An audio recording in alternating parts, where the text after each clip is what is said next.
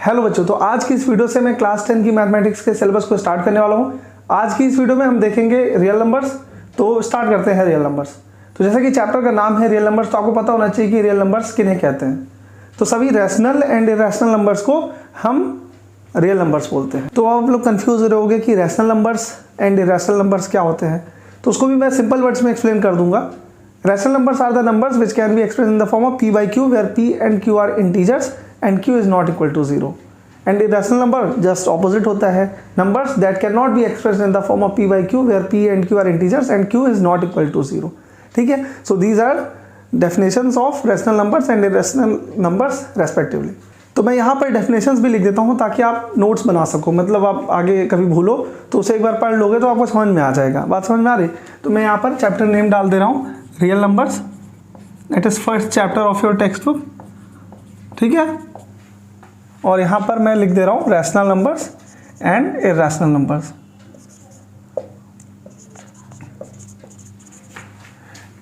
Spelling आप देख लीजिएगा, अगर आपको कोई डाउट है तो आप टैली कर सकते हैं अपनी बुक से, ठीक है। Rational numbers and irrational numbers define कर देते हैं। Numbers which can be expressed in the form of p upon q, where p and q are integers। देखो, इंट्रोडक्शन वीडियो बहुत इंपॉर्टेंट होती है एक्सरसाइज पर्सपेक्टिव से भी। मतलब इंट्रोडक्शन अगर अच्छे से देख लिया है, सारे कॉन्सेप्ट्स आपको अच्छे से आ गए हैं, तो जो एक्सरसाइज के क्वेश्चन है वो बहुत आसानी से आप सॉल्व कर सकते हो, ठीक है। तो इंट्रोडक्शन वीडियो को स्किप नहीं करना चाहिए। बाकी आपको एक्सरसाइजेस में अगर कोई क्वेश्चन डाउट है, पर्टिकुलर क्वेश्चन में डाउट है, तो आप वीडियो को आगे पीछे करके देख लो और वहाँ से क्वेश्चंस सॉल्व करने की कोशिश करो, ठीक है। तो यहाँ पर लिखा है पी बाई क्यू के फॉर्म में जिन्हें एक्सप्रेस कर सकते हैं, फिर P and Q R integers. Integers आपको नहीं समझ में आ रहा है तो ये भी मैं बता देता हूँ कि इंटीजर्स क्या होते हैं, ठीक है।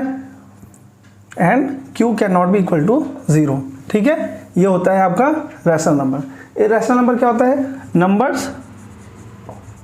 numbers which cannot be या can be expressed in the form of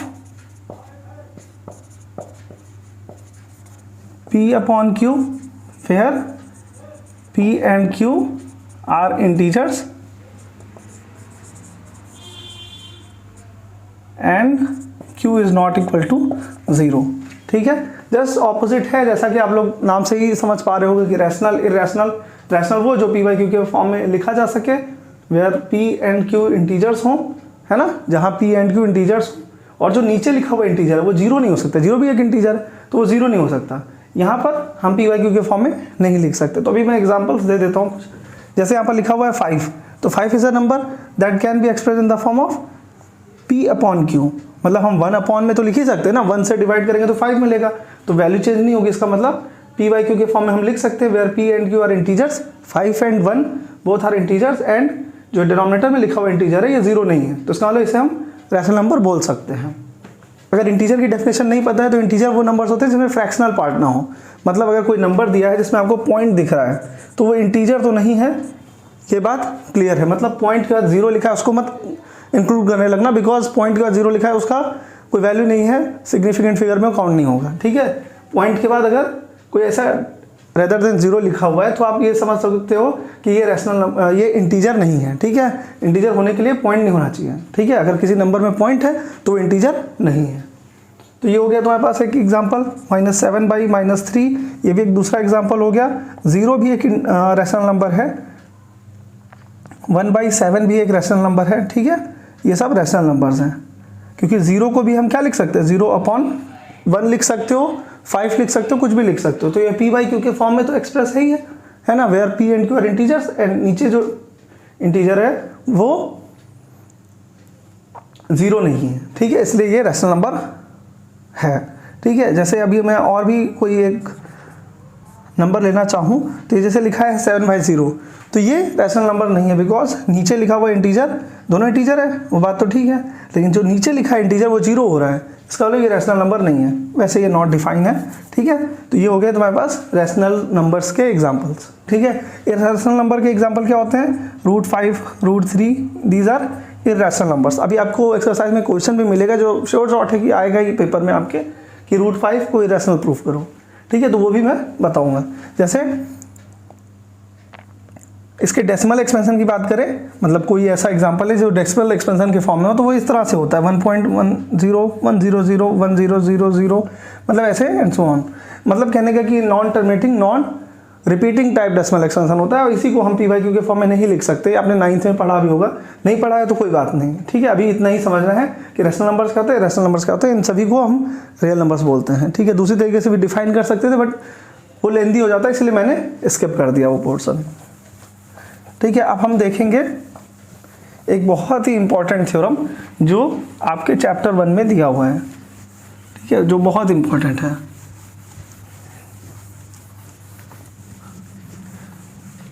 देखो, उसके देखने से पहले आप ये समझ लो कि फैक्टर्स क्या होते हैं, बिकॉज क्योंकि फैक्टर्स आप नहीं जानोगे जब तक, तब तक वो थ्योरम आप अच्छे से समझ नहीं पाओगे। जैसे मान लो कि यहाँ पे 15 दिया हुआ है, ठीक है ना, यहाँ पे क्या दिया हुआ है 15, तो 15 is divisible by 1, 3, 5 and 15। Positive negative भी ले सकते हो, ठीक है। These are factors of 15, these are the numbers which can evenly divide 15। इसका मतलब क्या है कि अगर कोई नंबर को कोई दूसरा नंबर इवनली डिवाइड करता है, मतलब डिवाइड करने पर रिमाइंडर 0 बचता है, तो हम दूसरे नंबर को पहले वाले का फैक्टर बोलते हैं। तो इसी तरह से 1 भी डिवाइड करेगा, रिमाइंडर 0 होगा, 3 से डिवाइड करेंगे तो भी रिमाइंडर 0 ही आएगा, 5 से डिवाइड करेंगे तो भी रिमाइंडर 0, एंड 15 से डिवाइड करेंगे तो भी रिमाइंडर 0, ठीक है। तो these are the numbers which can evenly divide 15, so these numbers are called as factors of 15। इतनी बात समझ में आ गई हो तो बस आगे बढ़ सकते हैं हम। अब हम समझेंगे फैक्टराइजेशन एंड प्राइम फैक्टराइजेशन, उसके बाद वो थ्योरम समझेंगे और कुछ बचेगा नहीं फिर इसके बाद, ठीक है।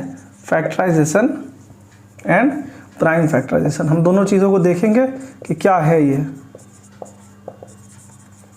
तो अब समझते हैं कि फैक्टराइजेशन क्या होता है। Factorization is the process in which we express a number into the form of product of its factors, ठीक है। मीन्स हम बोलेंगे कि 15 को हमने फैक्टराइज कर दिया है, ठीक है। प्राइम फैक्टराइजेशन क्या होता है? It is the process in which we express a number into the form of product of its prime factors. Now we are restricted to choose prime numbers as their factors.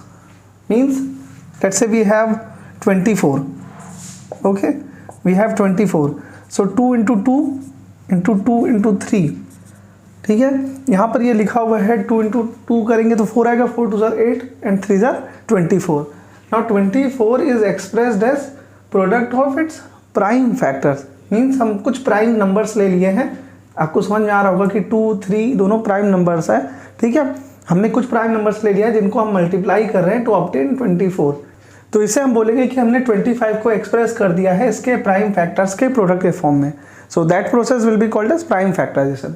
Although it can also be called as factorization because we have express 24 into the form of product of factors at least, okay.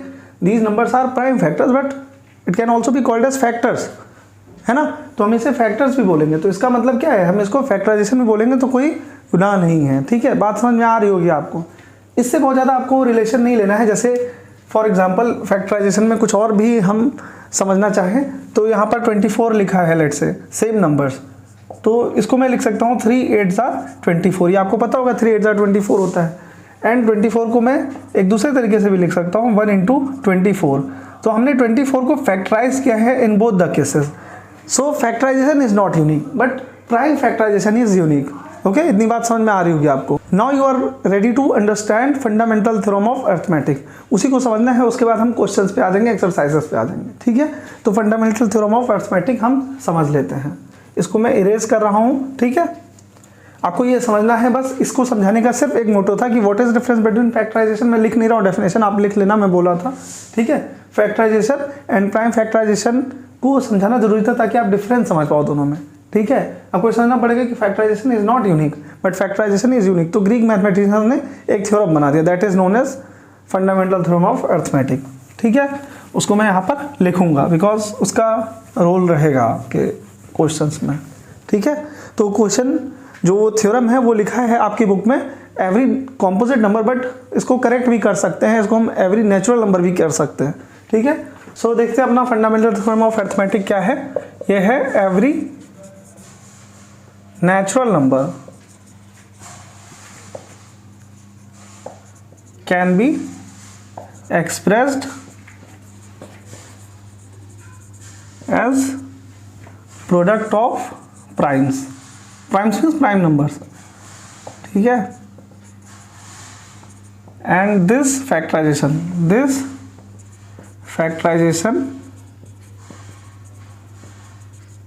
is unique except for order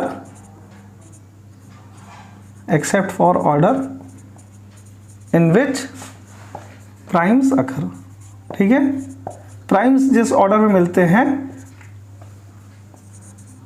वो fix नहीं है, वो unique नहीं है, वो different हो सकता है। फॉर एग्जांपल अगर आपके पास लिखा हुआ है 15, तो what are the prime numbers that can be multiplied to get 15? Those numbers are 3 and 5। तो इसको मैं 5 into 3 भी लिख सकता हूँ। तो अगर ऑर्डर पे ध्यान ना दे तो ये फैक्टराइजेशन जो होगा वो यूनिक होगा, ओके। वही चीज़ लिखा है कि दिस फैक्टराइजेशन इज यूनिक। अगर हम किसी नंबर को उसके प्राइम फैक्टर्स के प्रोडक्ट के फॉर्म में लिखेंगे तो that factorization will be unique. So I hope आपको इतनी बात समझ में आई होगी कि कोई नंबर को हम प्राइम नंबर्स के प्रोडक्ट के फॉर्म में लिख सकते हैं। कोई भी आपके पास नेचुरल नंबर हो उसको हम प्राइम नंबर्स के प्रोडक्ट के फॉर्म में लिख सकते हैं। आपकी बुक में तो कॉम्पोजिट नंबर दिया है, बट हम नेचुरल नंबर्स के लिए भी डिफाइन कर सकते हैं इस तरह से, ठीक है। तो आप लोग सोच रहे होंगे, क्वेश्चन आ रहा होगा मन में कि नेचुरल नंबर में तो 1 भी आता है, 1 को हम कैसे प्राइम नंबर्स के प्रोडक्ट के फॉर्म में लिख सकते हैं? तो 1 जब लिखा है तो यहाँ पर लिख सकते हैं ना ऐसे 2 की पावर 0। तो इसका क्या मतलब है आप लोग नहीं समझ पा रहे होगे। अभी आप लोग 10th क्लास में गए हो जस्ट और आपको ये सब देखने को मिले तो आप थोड़ा कंफ्यूज हो सकते हो, बट आपको पूरे डेप्थ में बताना हम लोग का काम है। तो इसलिए मैं यहाँ पर ये बता रहा हूँ कि 1 को भी हम इंक्लूड कर सकते हैं, बिकॉज यहाँ पर हमने लिखा है 1 को 2 की power 0 means when 0 primes are taken in the factorization means there is no primes are taken in this factorization। no primes मतलब एक भी बार नहीं लिखा गया। अब जैसे कोई और नेचुरल नंबर है जो कि प्राइम नंबर है, जैसे मान लो 3 है, तो अब कहेंगे कि इसको कैसे हम प्रोडक्ट ऑफ प्राइम्स के, तो इसमें 3 लिख देंगे, इसका 3 की पावर 1। तो क्या मतलब there is only 1 prime is taken in this factorization. It means कि हम नेचुरल नंबर को एक्सप्रेस कर सकते हैं into the form of product of its prime factors, ठीक है। तो नेचुरल नंबर वहाँ लिखना कोई गलत बात नहीं है। तो ये थ्योरम मैथ्स के बहुत बड़े बड़े कॉन्सेप्ट्स को बदल कर रख दी है। कहने का मतलब इस थ्योरम की ही वजह से हम 1 को प्राइम नंबर नहीं लेते हैं। क्यों? क्योंकि अगर हम 1 प्राइम नंबर लेते तो ये फैक्टराइजेशन यूनिक नहीं हो पाता। जो यहाँ पर लिखा है ना line this factorization is unique, ये स्टेटमेंट आ ही नहीं पाता, ये भी अदर फैक्टराइजेशन जैसा ही रह जाता। तो 1 को एक्सक्लूड किया गया है प्राइम नंबर्स की कैटेगरी में इसी वजह से, और नेगेटिव प्राइम नंबर इसलिए नहीं लिया गया है क्योंकि तब भी ये यूनिक नहीं रह पाता, ठीक है।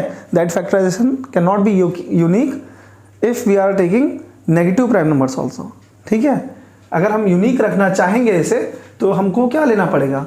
Positive prime numbers except for 1। अब सोच रहे होगे कि 1 को क्यों प्राइम नंबर बोल रहे हो? 1 भी प्राइम नंबर है, बिकॉज प्राइम नंबर्स की डेफिनेशन क्या है कि अगर कोई नंबर 1 से डिविजिबल हो और खुद से डिविजिबल हो, number which is divisible by 1 and itself only are called as prime numbers. जैसे 3 is a number which is divisible by 1 and itself 3, okay. 1 से भी डिविजिबल है, 3 से भी डिविजिबल है, 3 इज प्राइम नंबर।